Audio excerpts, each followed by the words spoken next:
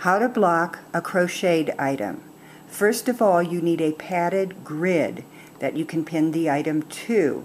Right now I'm using an ironing board, and I've placed a nice thick cotton towel all over the ironing board. Then I have put a gingham check on top. This one's about 1 inch wide, but if I had something smaller I could always use a small gingham check, and it really helps it to get the line straight. Then you take your item, pin it securely to, and use a lot of pins to keep it straight and in place.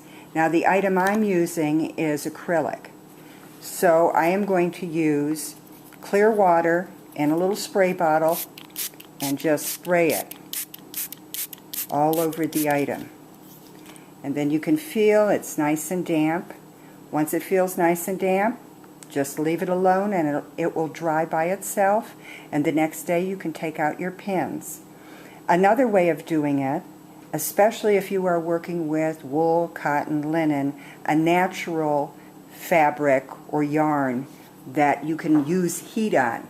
Now I must say I've also done this on acrylic, but it might be safer not to do that because these man-made things can obviously melt.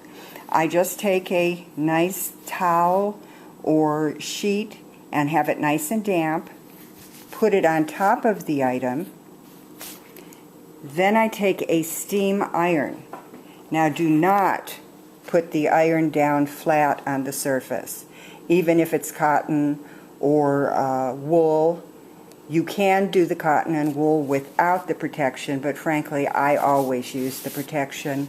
Have it nice and damp, and then just take your steam iron and run it lightly over the item. Again, it does not go down.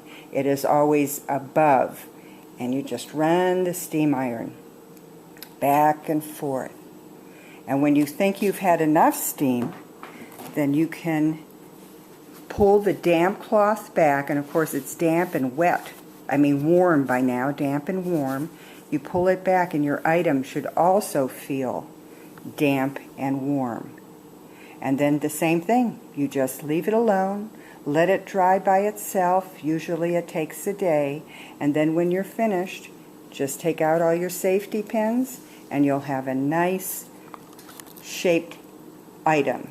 This especially works well. This is a scarf I'm working on, but it also works well if you're doing just a panel for a baby blanket, a panel for a purse you're going to be putting together, or squares, especially if you're going to do a sampler. It will really help your sampler look nice and neat if you have all the squares the same size.